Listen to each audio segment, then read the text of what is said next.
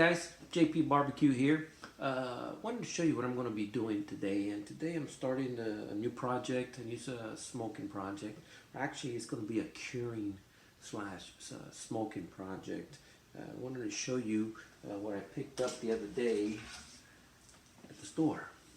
Okay, got 11 pounds of boneless pork belly. Okay, and what this is used for making bacon. Okay, so what I'm going to do today, I'm going to start what they call the curing process, and I'm going to be curing this meat for roughly, I don't know, about 7 days. Okay, and the curing process, I explain a little bit what it does. The meat right now has a lot of moisture in it, and the way you preserve the meat for longer extended lifespan so it doesn't go bad is you would do what was called a cure. And people got different recipes when it comes to curing their bacon, and I'm going to try to follow a simple recipe that I got off of my got off of a website from the Master Builder website, and I'll show you the ingredients that I'm going to be using. But this is roughly 11 pounds of bacon that I'm going to cure, and then I'm going to smoke, and we'll see how it comes out. If it comes out good, well then hooray, I'll be eating a lot of bacon for a long time. And if it doesn't, then it'd be a nice experiment of what to do and what not to do. But besides that, you guys stay tuned, and I'll show you the ingredients that I'm going to be using. The two main ingredients that any cure will use, it's always going to be salt and sugar. Kosher salt, it's good sugar. I'm sorry, good salt for helping dry out the meats, because in essence, when you cure the meat, you're taking out all the moisture out of the meat, and the salt helps with that. Sugar helps with adding some sweetness to it, and the rest of this stuff is just for flavor. I'm going to be adding some garlic powder, a little bit of coarse pepper, and I think all I used was just what is this, a teaspoon of it. In addition to that, I'm going to be adding maybe a 1/4 cup of maple syrup, because if you're going to make bacon, you might as well make applewood bacon with maple in it.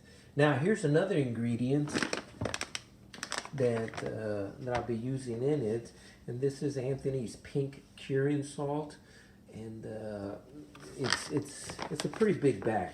Okay, it's about 2 pounds of curing salt, and you only need just a little bit. Okay, this curing salt is it's not designed to be consumed. You know, you don't put it on your food. This is strictly for curing the meat. Okay, and you only need just a little bit. If you look at the back here under the instructions, it says 1 level teaspoon will cure roughly 5 pounds of meat. So I have a little bit over 10 pounds, so I'll be using 2 teaspoons of this stuff. Well, this is a 2-pound bag. It's going to last me a long time. If you ever want to start your own bacon project, my understanding is you can probably go to your local butcher store, and they may have smaller portions of this, like maybe little packets of it, you know, to use. But besides that, that's what we're going to be using. So you guys stay tuned, and I'll show you what the mix looks like.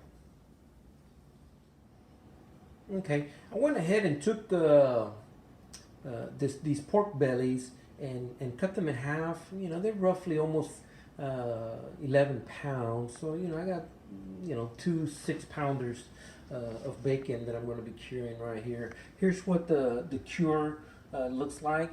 You can definitely see the brown sugar and some of the pepper in there, and the salt. And I'm going to be putting it in a container like this one. And I bought this over at a restaurant depot place. And the reason I got this is because it's elevated, and what's going to happen with the bacon as it's curing, it's going to be releasing all this moisture, and I don't want that moisture to get back into the meat. So keeping it elevated off of itself, I believe is going to help with the curing process. Now, once I start this, Some people say you go out there every day and flip it because the cure, in order for it to cure evenly, you have to be flipping it at least once a day or every other day and flip it in order to get an even cure. But from here on out, 7 days from now, we're going to take a look at this and see what it looks like. You guys stay tuned. Okay, here's what it looks like. Got it in the container. It's elevated off of itself and got it, I don't want to say seasoned up, but got the cure put on it. And that's what it pretty much looks like. So every day I'll come out here and flip this sucker over. That way it gets a nice even cure. 7 days from now we'll take a look at this and hopefully we make some nice bacon. Okay, you guys stay tuned. Hey guys, J.P.BBQ here. Wanted to show you what this pork belly turned out like. Today is the 8th day of its curing process, and actually yesterday on the 7th day I went ahead and took it out, got all the salt and the sugar washed out as much as I can, and I just wanted to show you what this pork belly turned out. And tonight I'm actually going to smoke it in my smoker, roughly around 200 degrees. And what I'm looking for is to reach an internal temperature of 150 degrees. Okay, and once that's ready, and then I'm just gonna take it out of the smoker, let it cool down, wrap it in some cellophane, and just let it cool off in a refrigerator, and you know, see how the bacon comes out. But so far, let me show you what we got. Stay tuned. Here's what we got so far. Got 2 pork bellies. Actually, this was 1 whole pork belly, and I trimmed it up, squared it up into probably length-size bacon that I feel we're gonna like. But I still got some pepper on it, and I'm gonna fry some up over here in the skillet just for a taste test. If it's too salty, then I'm probably just gonna let it soak in some water for about an hour, and then probably just smoke them tomorrow. But so far, here's what they look like. Okay, I want to say 7 days of curing this. This is what the bacon turns out like. Okay, but anyway, you guys stay tuned, and I'll show you what the fried piece of bacon looks like out of the skillet when it's ready. Okay, you guys stay tuned. Just want to show you what one of these pieces of bacon actually tastes like. It's actually not that bad. It's actually really, really good.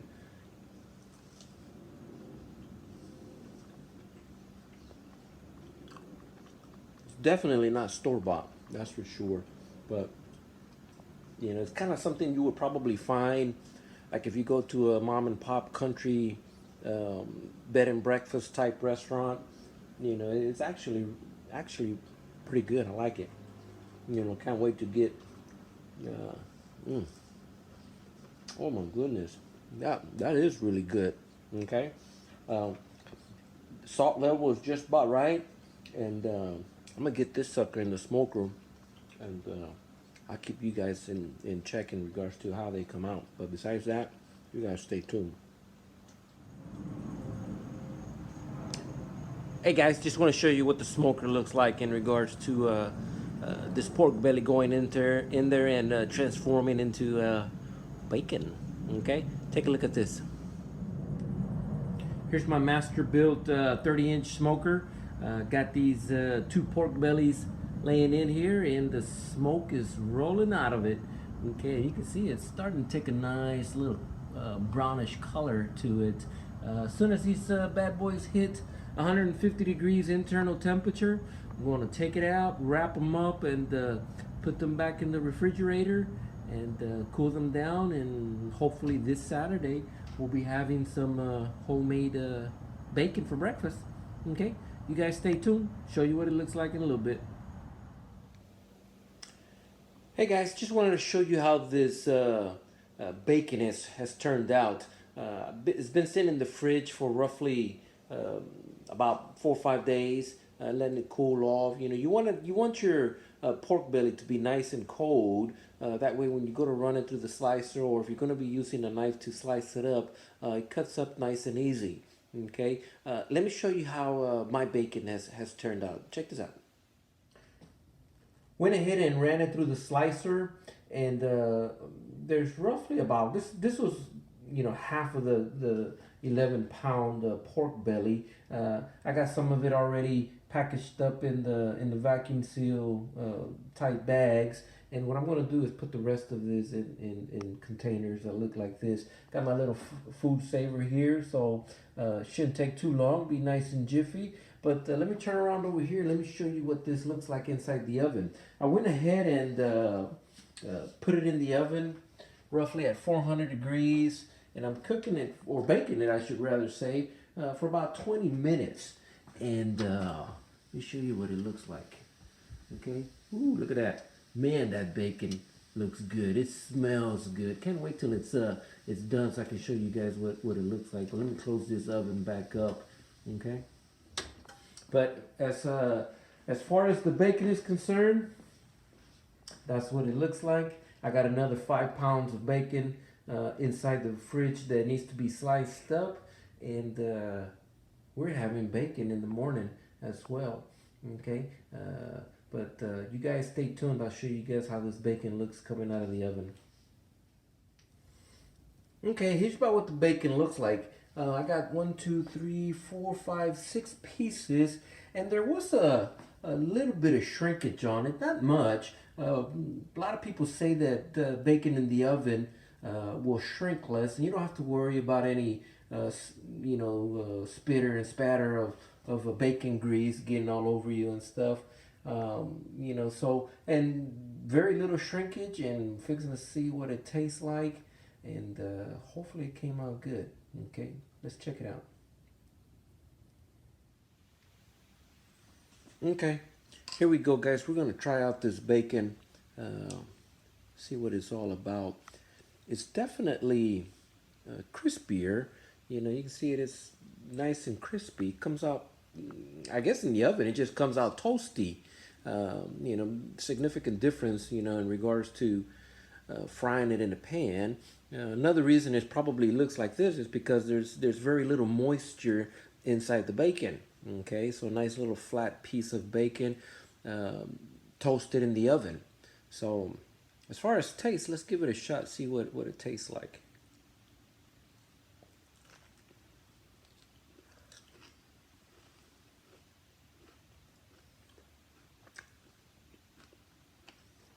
Oh my gosh. If you've never cured your own bacon and smoked it and done it this way, you don't know what you're missing. You will never be able to buy bacon like this at the store. I mean, it is so good. Okay, oh my gosh.